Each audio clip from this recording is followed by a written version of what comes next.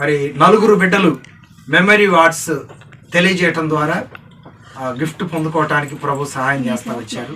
అందుని బట్టి దేవునికి మహిమ కలుగును గాక. ఇది మంచి ప్రోత్సాహం అన్నమాట పిల్లలకి. మరి నేను సండే స్కూల్లో దేవుని వాక్యం చెప్పడం ద్వారా రెఫరెన్స్ అప్పగించడం ద్వారా నాకు ప్రైజ్ వచ్చింది అని చెప్పి సంతోషిస్తూ వారు పెద్దవారైన తర్వాత చెప్పుకుంటారన్నమాట. అలాగే మిగతా వాళ్ళందరూ కూడా, ఈ నలుగురే కాదండి, మిగతా వాళ్ళందరూ కూడా చక్కగా వాక్యాలు గుర్తుపెట్టుకొని ఆ వాక్యాలు అప్పజెప్పి మరి ఎన్నో బహుమతులు పొందుకోవటానికి ప్రభు సహాయం వారికి దేవుడు అనుగ్రహించాలని మీ అనుదిన ప్రార్థనలో వీరి కొరకు ప్రార్థన చేయవలసిందిగా కోరుతున్నాను. నలుగురు బిడ్డలు వెల్సిన బాబు, ఎస్తేర్ రాణి, తర్వాత రేచల్, తర్వాత క్రాంతి. వీళ్ళు ఈరోజు ఈ బహుమతులు పొందుకోవటానికి దేవుడు వారికి సహాయం చేశారు. వారు కూడా వచ్చి నిలబడండి. వారు కూడా రండి.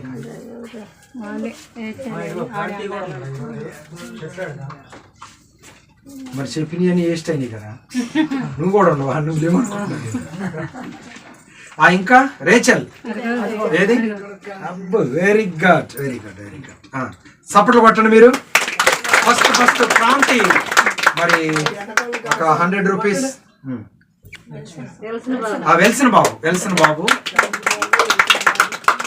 సండే స్కూల్లో మెమరీ వార్డ్స్ చెప్పడం ద్వారా ఈ బహుమతి పొందుకుంటున్నాడు.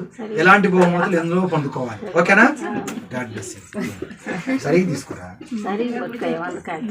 ఓకే, నెక్స్ట్ క్రాంతి ఉందా? అందులో ఉందా? ఎన్నిసార్లు చదివా నాకు అర్థం కాలేదు. ఎవరు అనుకున్నా. సరే, మంచిది. సపోర్ట్లు కొట్టాలి, ఓకేనా? క్రమంగా రావాలి సండే స్కూల్కి. Okay, praise the lord. Prabhakar and Pramila కుటుంబానికి ముద్దుల కుమార్తె రేచల్.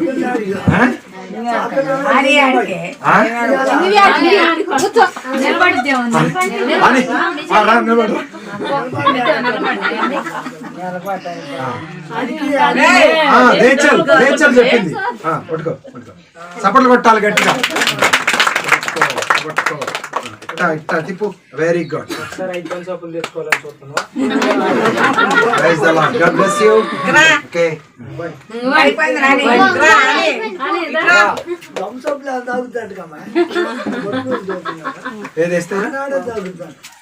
దేవుని మహాకృపను బట్టి ఎస్తేరు స్కూల్లో ఫస్ట్, వాళ్ళ స్టడీలో ఫస్ట్ వస్తుంది అనమాట. రైటింగ్ లో కానీ, చదువులో కానీ ఇంకా మంచిగా సండే